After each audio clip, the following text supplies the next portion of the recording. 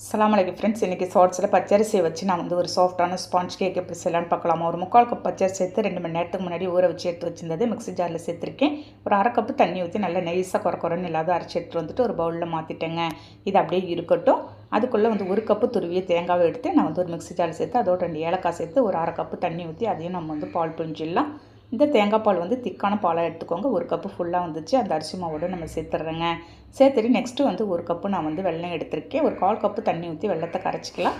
கரைச்சிட்டு நல்லா ஆறுனதும் நம்ம வந்து இந்த மாதிரி ஃபில்டர் பண்ணி எடுத்துக்கலாம். வெல்லம் வந்து உங்களுக்கு சூடாக இருக்கக்கூடாது. அதோடு சேர்க்கும்போது அதோடய ஒரு 1/2 ஸ்பூன் சமையல் சோடாவும் 1/4 ஸ்பூன் நான் வந்து தூள் உப்பு சேர்த்து நல்லா மிக்ஸ் பண்ணிட்டேன்.